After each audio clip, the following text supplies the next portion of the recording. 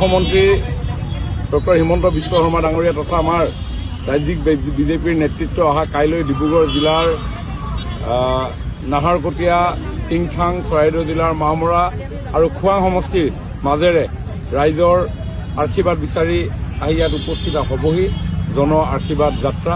আৰু তাৰ কাৰণে আমি মৰাণ চহৰত আমাৰ শুভাকাংক্ষী কাৰ্যকৰ্তাসকলে তাৰ কাৰণে আমি প্ৰস্তুতি কৰিছোঁ। ক'ত ক'ত কেনেধৰণে আহিব? পুৱা 10 বজাৰ পৰা নাহৰকটীয়াত আৰম্ভ হ'ব আৰু নাহৰকটীয়া নগাঁও তিনিআলিত 10 বজাতে যাত্ৰা আৰম্ভ হ'ব।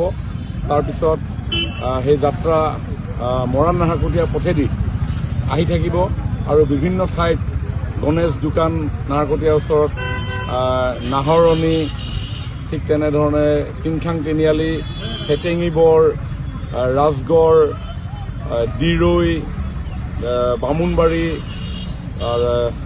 আৰু মৰাণ, এনেধৰণে এই অঞ্চলসমূহত ৰাইজ একত্ৰিত হৈ থাকিব। ৰাইজৰ আশীৰ্বাদ মুখ্যমন্ত্ৰী ডাঙৰীয়াই গ্ৰহণ কৰিব আৰু সন্ধিয়া সময়ত মৰাণত এই যাত্ৰা সামৰণি কৰিব। মৰাণতে কুতুহল নাযায় নেকি?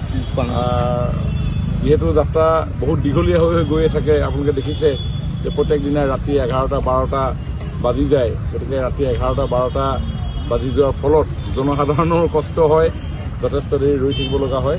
সেইকাৰণে মৰাণতে আমি 3টা সমষ্টি, মাহমৰা সমষ্টি, খোৱাং সমষ্টি আৰু টিংখাঙৰ একাংশ আমি ইয়াতে একেলগে আমি এই যাত্ৰাত অংশগ্ৰহণ কৰিম।